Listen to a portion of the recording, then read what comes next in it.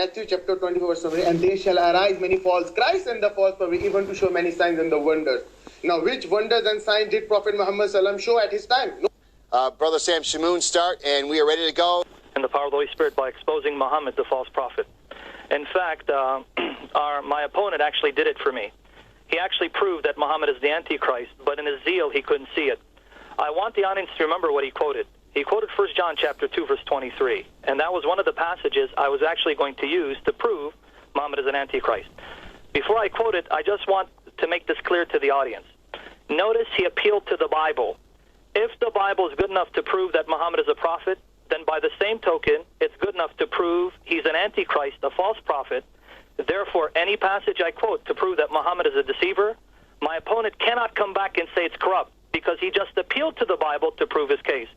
So let me show you how he proved my case, and the debate is over by the grace of God.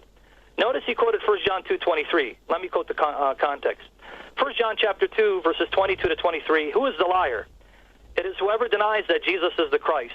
Such a person is the Antichrist, denying the Father and the Son. Now, he said something that was a lie, or let me just give him the benefit of doubt, was mistaken. He said Son means prophet. No, that doesn't mean that at all. In Mark chapter 12, verses 1 to 10, Jesus distinguishes himself from all the prophets by calling the prophets servants of God, but then identifying himself as the beloved Son. So from the lips of Jesus, a son is not the same as a prophet. You are mistaken.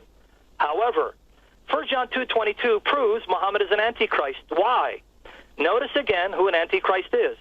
Whoever denies the Father and the Son. According to the following Quranic passages, for the sake of time, I'll just mention them. Chapter 5, verse 18 of the Quran. Chapter 5, verse 18. Chapter 6, verse 101. Chapter 6, verse 101. Chapter 9, verse 30. Chapter 9, verse 30.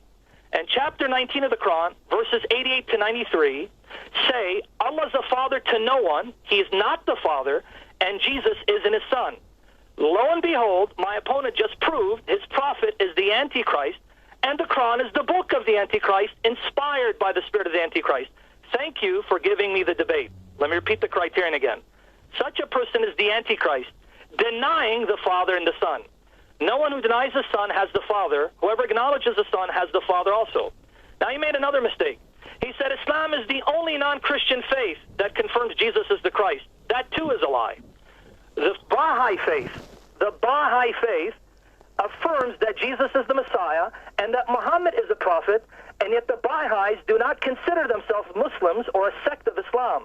So you're mistaken. You're passing misinformation. Again, I'm going to give you the benefit of doubt and assume you don't know what you're talking about, so you're speaking in ignorance, and the Lord show you mercy by delivering you out of Islam and bringing you to the feet of Jesus, his Son.